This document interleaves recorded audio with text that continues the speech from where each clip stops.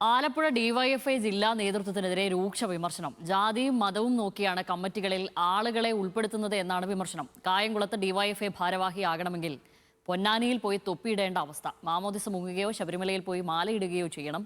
യുവജന സംഘടനയെ നയിക്കുന്നത് 40 കഴിഞ്ഞവരെന്നും വിമർശനമുണ്ട്.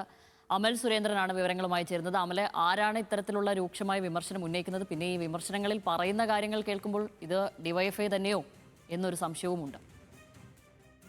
ശ്യാമലി, തെരഞ്ഞെടുപ്പ് തോൽവിക്ക് ശേഷം സിപിഎമ്മിനുള്ളിൽ പ്രത്യേകിച്ചും ഡിവൈഎഫ്ഐക്കുള്ളിൽ വലിയ രീതിയിലുള്ള വിമർശനങ്ങൾ ഉണ്ടാകുന്നുണ്ട്. പക്ഷെ ഈ വിമർശനങ്ങൾ നടത്തുന്നവരെല്ലാം വെട്ടിനിരത്തുന്ന നിലപാടാണ് ഡിവൈഎഫ്ഐയുടെ നേതൃത്വത്തിന്റെ ഭാഗത്തുനിന്ന് ഉണ്ടാകുന്നതെന്നാണ് വിമർശനം വരുന്നത്. പ്രത്യേകിച്ചും ഇപ്പോൾ ഡിവൈഎഫ്ഐയുടെ സമ്മേളന കാലം കൂടി അടുത്ത് നിൽക്കുന്ന ഒരു സമയത്താണ് ഇത്തരത്തിലുള്ള വിമർശനം ഉണ്ടാകുന്നതെന്നാണ് നമുക്ക് മനസ്സിലാക്കുന്നത്. ഏതായാലും ഇപ്പോഴത്തെ ഈ വാർത്തയിൽ കായംകുളത്ത് നിന്നാണ് ഇത്തരത്തിലുള്ള ഒരു വിമർശനം ഉണ്ടായിരിക്കുന്നത്. ബ്ലോക്ക് കമ്മിറ്റി അംഗമായിട്ടുള്ള ശ്രീജിത്ത് PR ആണ് ഫേസ്ബുക്ക് കുറിപ്പിലൂടെ ഇത്തരത്തിൽ തന്റെ വിയോജിപ്പും വിമർശനവും രേഖപ്പെടുത്തിയത്. ഈ ഫേസ്ബുക്ക് കുറിപ്പിന് കീഴിലായിട്ട് നിരവധിയായ പ്രവർത്തകരാണ് ഈ ഒരു അഭിപ്രായത്തോട് യോജിച്ചുകൊണ്ട് നേതൃത്വത്തിനെതിരെ ശക്തമായിട്ടുള്ള പ്രതികരണവുമായി രംഗത്തെത്തിയിരിക്കുന്നത്.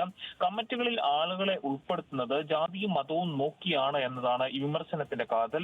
വിമർശിക്കുന്നവരെ ജില്ലാ സെക്രട്ടറി കമ്മിറ്റികളിൽ നിന്ന് വെട്ടിനിരത്തുന്നുവെന്നും വിമർശനമുണ്ട്. അതോടൊപ്പം തന്നെ കായംകുളത്ത് ഡിവൈഎഫ്ഐ ഭാരവാഹിയാകണമെങ്കിൽ പൊന്നാനിയിൽ പോയി തൊപ്പിയിടേണ്ട അവസ്ഥയാണെന്നും മാമോദിസ മുങ്ങുകയോ ശബരിമലയിൽ പോയി മാലയിടുകയോ ചെയ്യണമെന്നും പറയുന്നു. ജാതി മത വർഗീയ കാർഡുകൾ നിരത്തിയാണ് അംഗങ്ങളെ തിരഞ്ഞെടുക്കുന്നത് എന്ന വിമർശനം അതീവ ഗുരുതരമാണ്. പ്രത്യേകിച്ചും ഒരു കമ്മ്യൂണിസ്റ്റ് പാർട്ടിയെ സംബന്ധിച്ചിടത്തോളം, അതിന്റെ യുവജന പ്രസ്ഥാനത്തെ സംബന്ധിച്ചിടത്തോളം മറ്റൊരു പ്രധാനപ്പെട്ട ഘടകം എന്നത് മുൻകാലത്തും കായംകുളത്തെ പാർട്ടിയെ സംബന്ധിച്ചിടത്തോളം വലിയ രീതിയിലുള്ള വിയോജിപ്പുകൾ ഉണ്ടായിരുന്നു.